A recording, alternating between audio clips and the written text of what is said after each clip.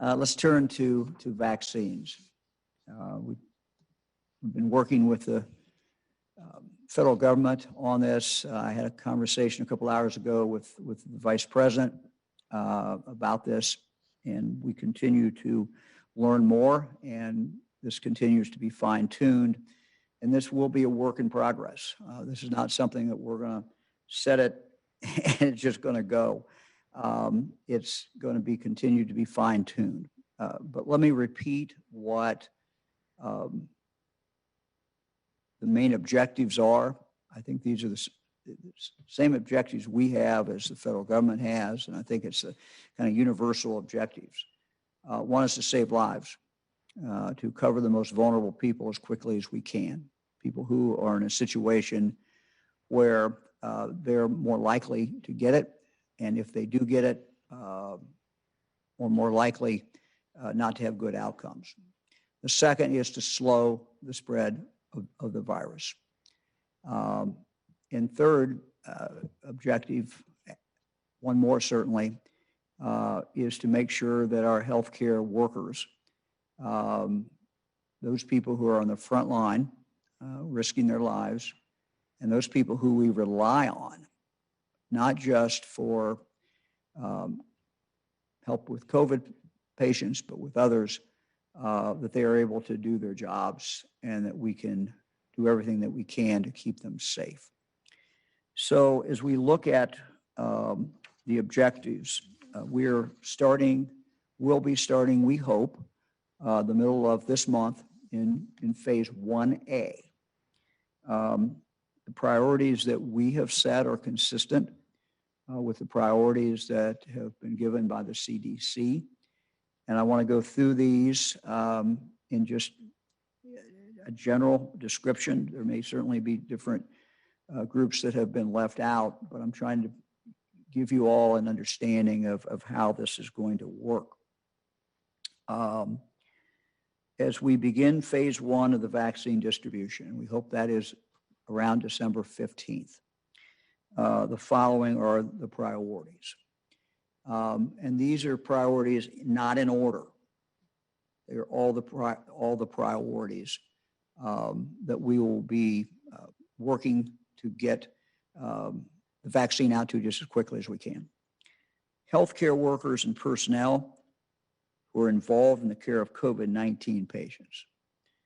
Read again, healthcare workers and personnel who are involved in the care of COVID-19 patients. EMS responders. It's the second group.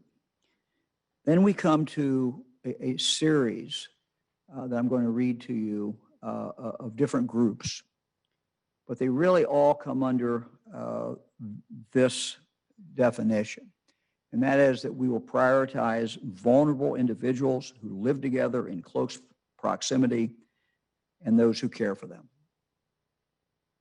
Vulnerable individuals who live together in close proximity and those who care for them. These are the ones that we have found. These are the ones who we have found to be the most vulnerable.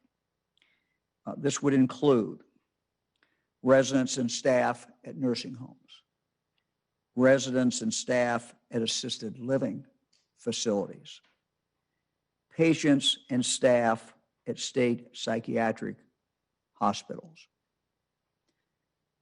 people with intellectual disabilities and those with mental illness who live in group homes or centers and staff at those locations, residents and staff at our 2 homes for Ohio veterans.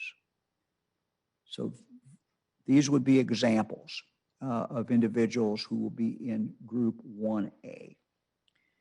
Now, we are still waiting for confirmation, firm confirmation about what will be sent out in the month of December. So we can give you what we believe these numbers are. And I will tell you what has been confirmed and what has not been confirmed. But the federal government has made clear that we will not know for sure what these numbers are until we are notified in that week. A few days before we get them, we will get a number. and we will know that those are in fact coming. It is our understanding, again, this is subject to change, subject to shipment, and we're just trying to provide people of Ohio the best information we can at this point. It is subject to change. Pfizer, on or about, if this is approved, if this is all approved, we would anticipate around December 15th, there will be a shipment that comes out. On that shipment, 9,750 will go to our hospitals. This will be the vaccine that's pre-positioned. In that shipment, you will have 88,725 that will go to Walgreens and CVS to go to congregate care settings, basically in that first phase of the nursing homes. On December 22nd, we have confirmation of 201,000 from Moderna. That will go to hospitals.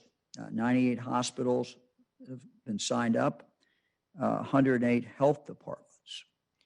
Hospitals will obviously work at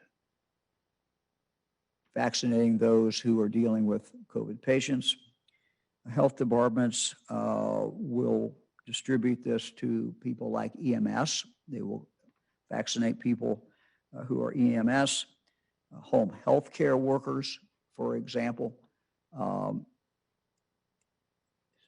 And those, there will be more examples, but those will go to, as I said, to hospitals and health departments. On that same day, we have a tentative number for Pfizer that we're seeking some confirmation on, but that number is 123,000. That number is 123,000 on December 22nd. Those, will continue to go then through Walgreens and CVS, and those will go directly. They will be vaccinating people in nursing homes and staff. Going to next date, a few days later, it will be another 148, we believe, coming from Pfizer, 148,000, and 89 from Moderna. So that's what the month looks like. Again, the second and third shipment from Pfizer has not been confirmed. We've got those amounts tentative, but they have not been, at least at this moment, confirmed.